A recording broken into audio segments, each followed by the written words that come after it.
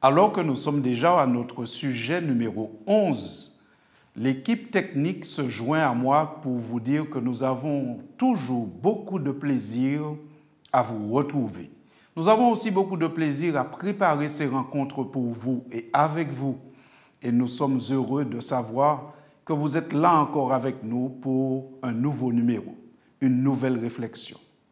Réflexion numéro 11, disais-je, intitulée « Lavez-vous souvent les mains, mais pas comme Pilate ». Lavez-vous régulièrement les mains. C'est une des mesures dites barrières dans la lutte contre la transmission de la COVID-19.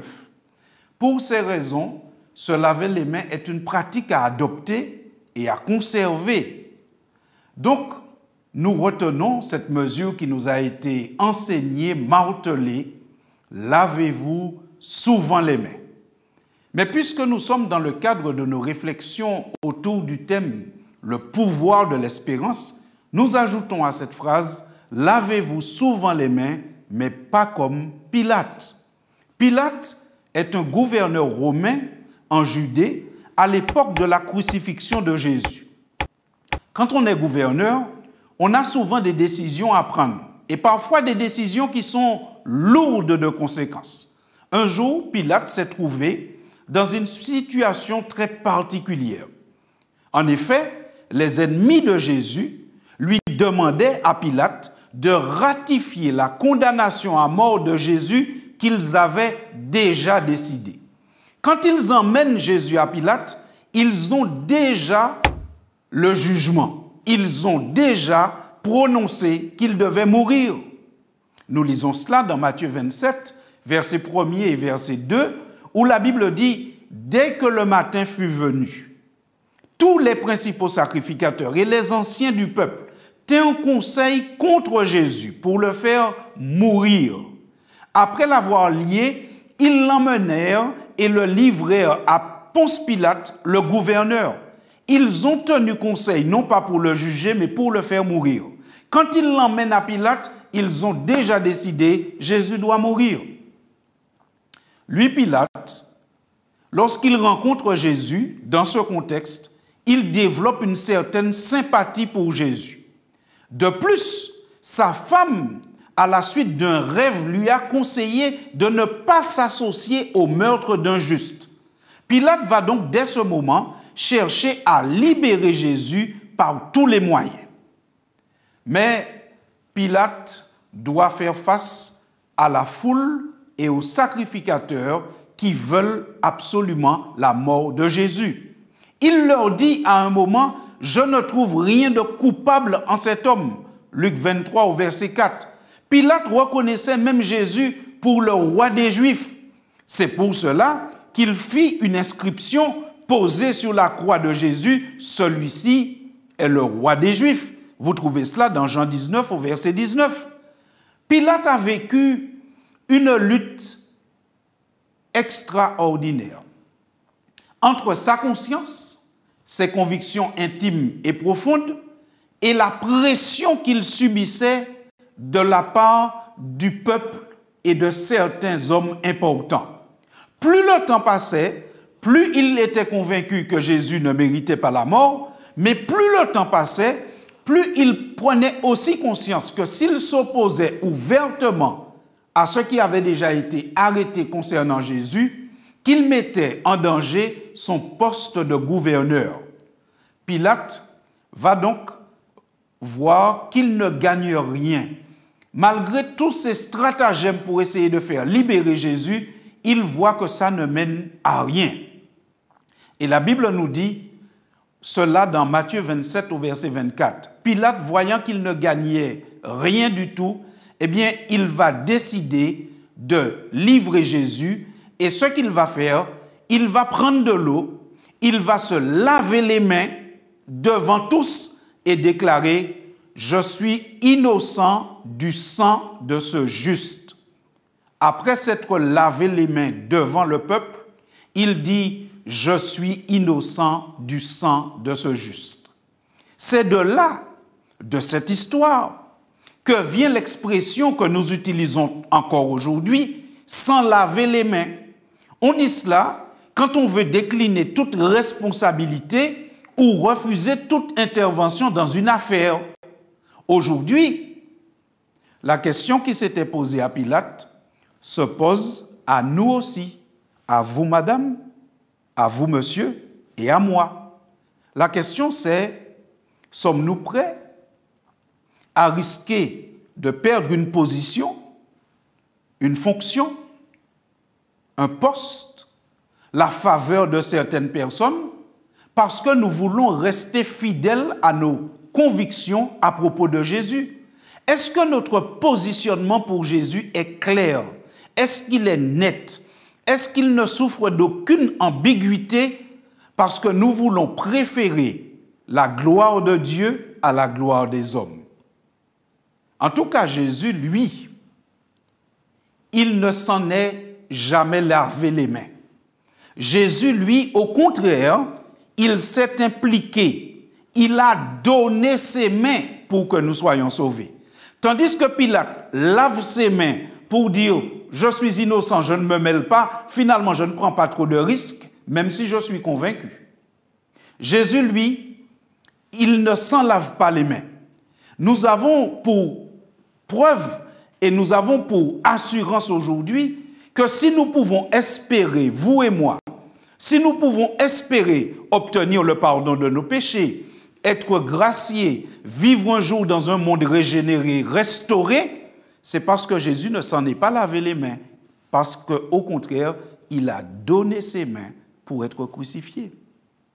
Notez et souvenez-vous, à celui qui voulait le défendre en prenant l'épée quand on est venu l'arrêter, Jésus a dit dans Matthieu 26, verset 53, « Mais écoute, si je voulais demander 12 légions d'anges à mon Père pour me défendre, je pourrais. » Et Jésus lui a dit, « Range ton épée. » Jésus n'a pas été crucifié parce qu'il ne pouvait pas faire autrement. Jésus n'a pas été crucifié parce que cela lui a été imposé. Jésus n'a pas été crucifié parce qu'il était dominé par la situation. Il pouvait demander 12 légions d'anges pour le défendre. Jésus a été crucifié parce qu'il a choisi librement de donner sa vie pour votre grâce, votre pardon et que vous puissiez prétendre à la vie éternelle. Jésus ne s'en est pas lavé les mains. Il a donné librement ses mains pour être cloué sur la croix parce qu'il voulait rendre le salut possible pour chacun d'entre nous. Jésus, en mourant sur la croix, est devenu la victime expiatoire pour nos péchés. Il est devenu réellement l'agneau de Dieu qui ôte le péché du monde. Jésus a ainsi assuré la libération de tout homme qui le reconnaît comme sauveur et comme Seigneur. Regardez comment le pardon s'obtient dans la Bible. D'abord, nous irons dans l'Ancien Testament pour comprendre les fondements et après nous verrons comment Jésus est devenu le véritable agneau de Dieu. Lorsqu'un homme veut obtenir le pardon, Dieu n'excuse pas sa faute. Dieu ne minimise pas sa faute. Dieu lui dit, tu as commis une faute et le salaire du péché, c'est la mort.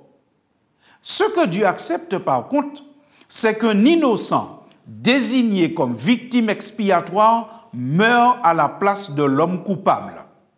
Avant l'incarnation de Jésus, la victime expiatoire était un animal que le pécheur choisissait et emmenait dans le lieu des sacrifices et arrivé là, il imposait les mains à l'animal pour confesser ses péchés, s'identifier à l'animal, ensuite il égorgeait l'animal et le prêtre faisait toute une série de manipulations avec le sang de cet animal et la Bible dit alors ses péchés étaient pardonnés.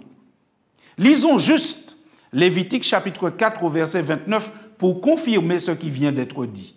La Bible dit que lorsque le pécheur reconnaît sa faute, il choisit cet animal, il posera, Lévitique, je vous rappelle, chapitre 4 au verset 29, il posera sa main sur la tête de la victime expiatoire qu'il égorgera dans le lieu où l'on égorge les holocaustes. Pour que le pécheur repentant soit pardonné, Dieu accepte qu'un innocent porte son péché qui a été confessé, qu'un innocent souffre à sa place, meurt à sa place. Dieu n'excuse pas le péché comme vous voyez. Le salaire du péché, c'est toujours la mort. Mais ce que Dieu accepte, c'est qu'une victime expiatoire soit désignée pour porter la sentence, pour recevoir la condamnation qui était destinée normalement aux pécheurs, et on appelle ça la grâce de Dieu. Dans la Bible, c'est ainsi que le pécheur obtient le pardon de ses péchés. Entre l'Ancien et le Nouveau Testament, rien ne change. C'est juste qu'on passe d'un agneau qui était une préfiguration à l'agneau réel. C'est pour cela que Jean-Baptiste, lorsqu'il voit Jésus au début de son ministère, le présente à la foule en disant dans Jean chapitre 1er au verset 29, celui-ci, en parlant de Jésus, celui-ci est l'agneau de Dieu qui ôte le péché du monde. C'est ainsi, et c'est en ces termes, que les apôtres reconnaissaient Jésus comme la victime expiatoire, comme l'innocent qui paye à la place du pécheur repentant. L'apôtre Jean nous rapporte ceci dans sa première lettre au chapitre 2, verset 1er et verset 2. Il dit « Mes petits enfants, je vous écris ces choses afin que vous ne péchiez point. Et si quelqu'un a péché, nous avons un avocat auprès du Père. Cet avocat, il s'appelle Jésus-Christ le juste.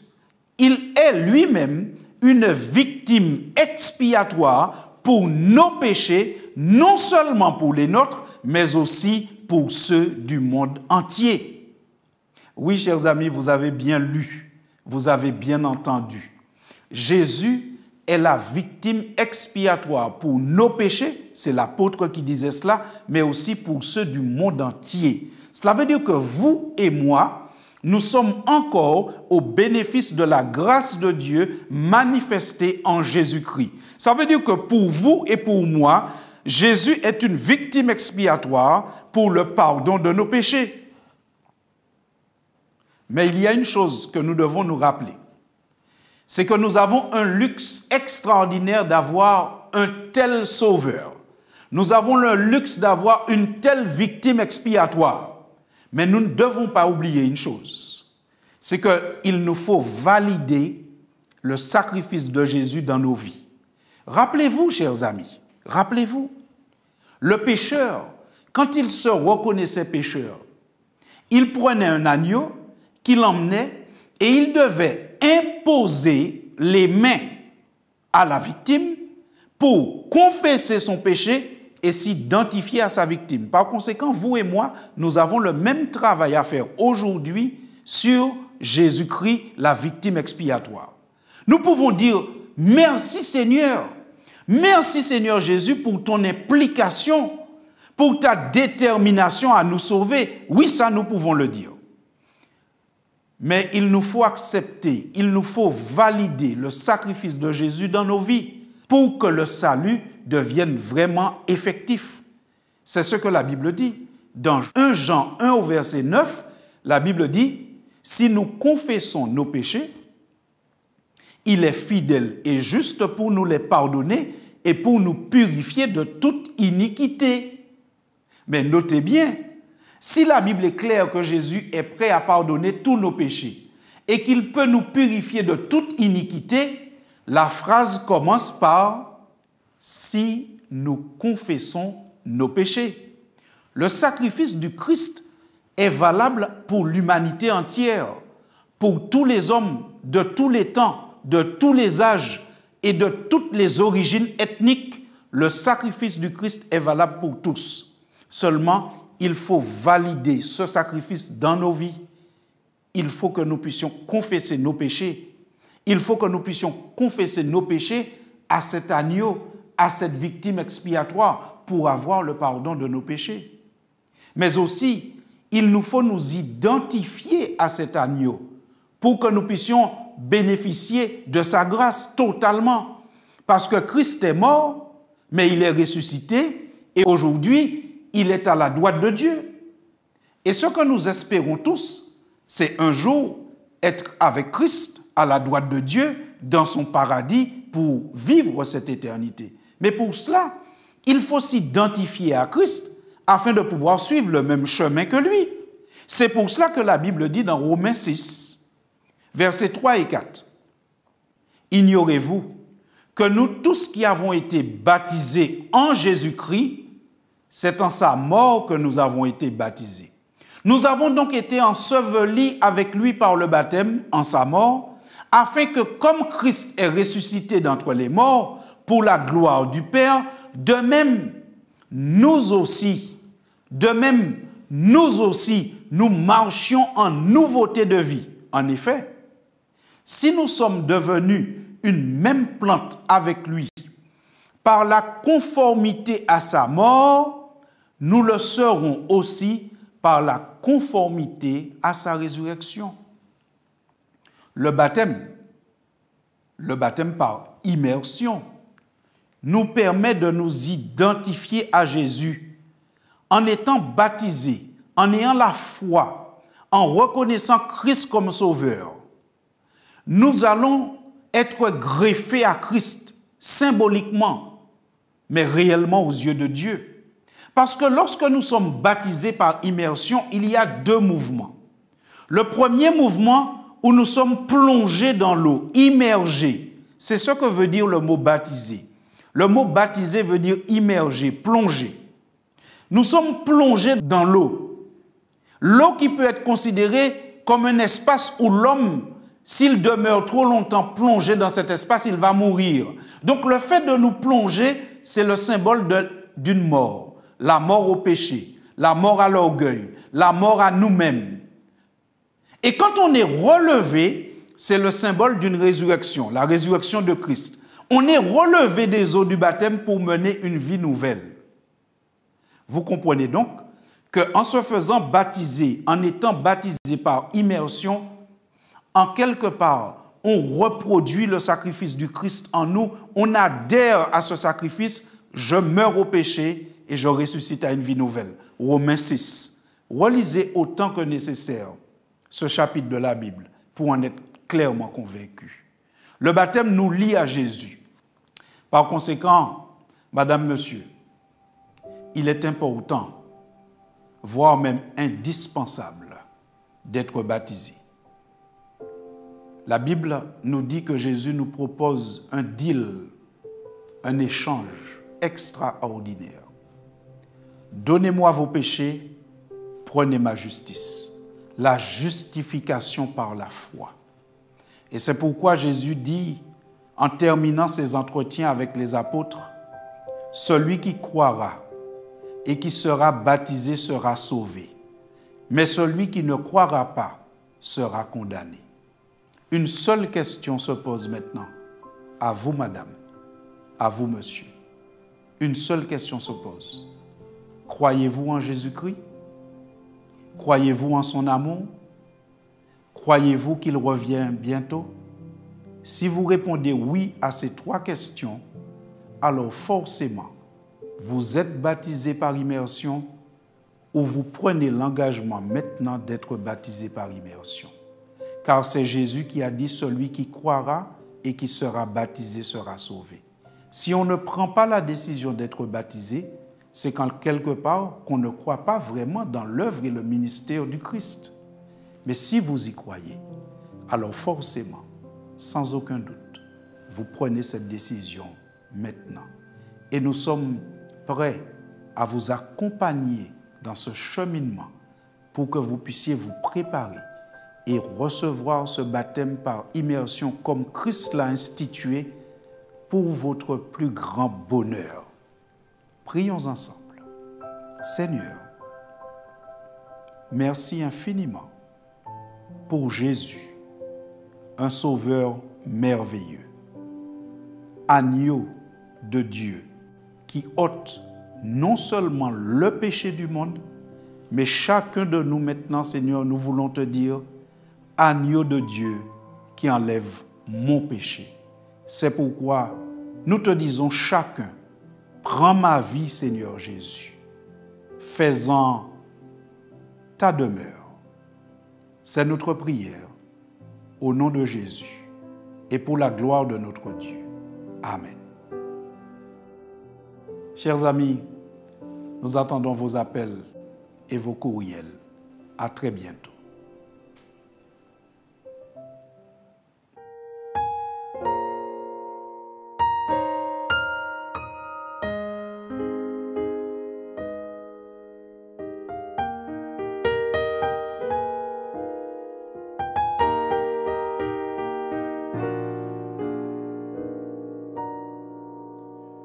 Fixe les yeux sur le Maître et viens sous son merveilleux regard et tu seras dans tout ton être vivifié pour lui mis à part.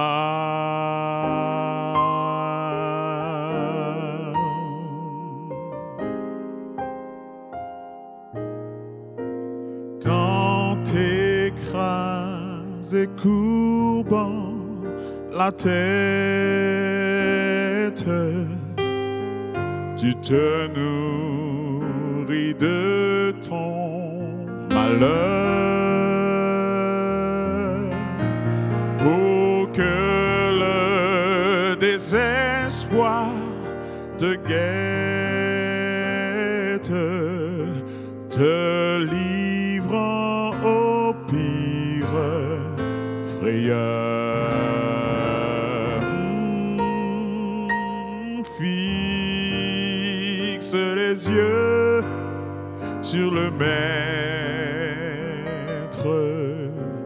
viens sous son merveilleux regard, et tu seras dans tout ton être vivifié, oh oui, et transformé, oh oui, relevé et renouvelé, et tu seras dans tout ton être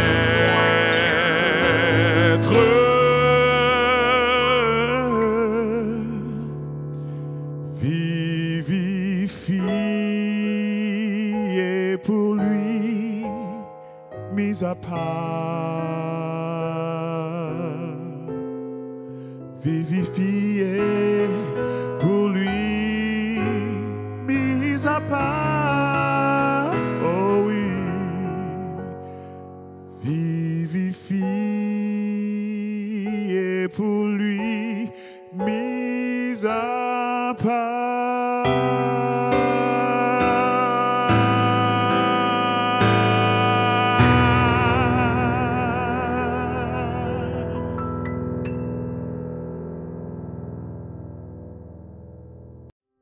Appelez le 08 05 288 389 chaque jour de 9h à 21h.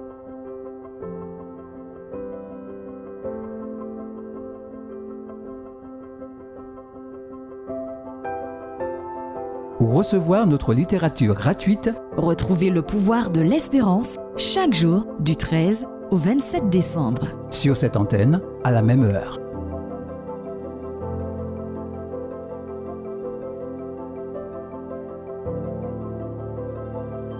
Vous avez apprécié cette émission? Visitez-nous au www.lepouvoirdelespérance.org.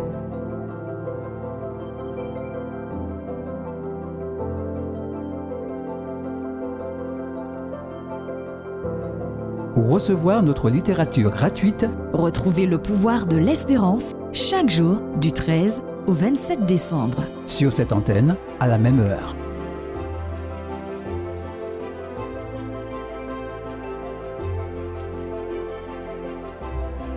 Appelez le 08 05 288 389 chaque jour de 9h à 21h.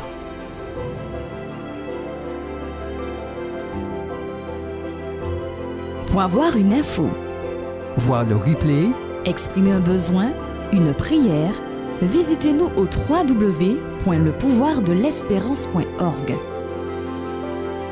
Merci de votre écoute. À demain.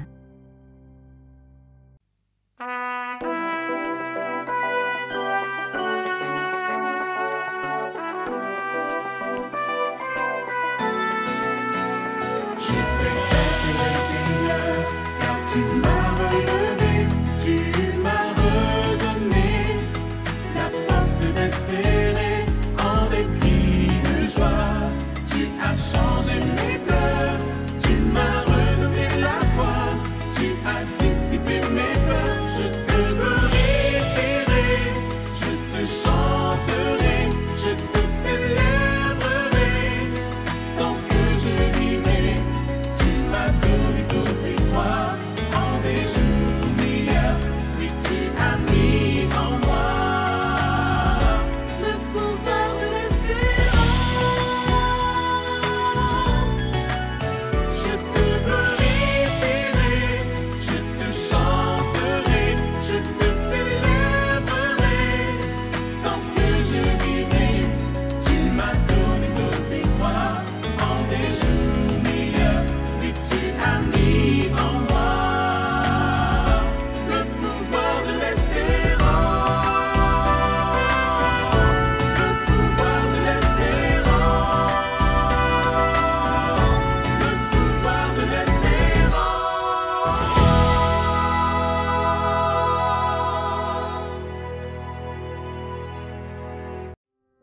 appelez le 08 05 288 389 chaque jour de 9h à 21h.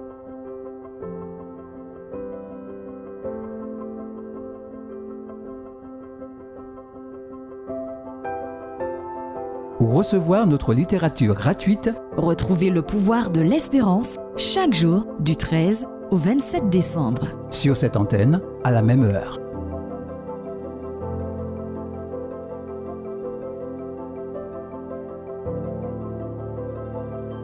Vous avez apprécié cette émission? Visitez-nous au www.lepouvoirdelespérance.org.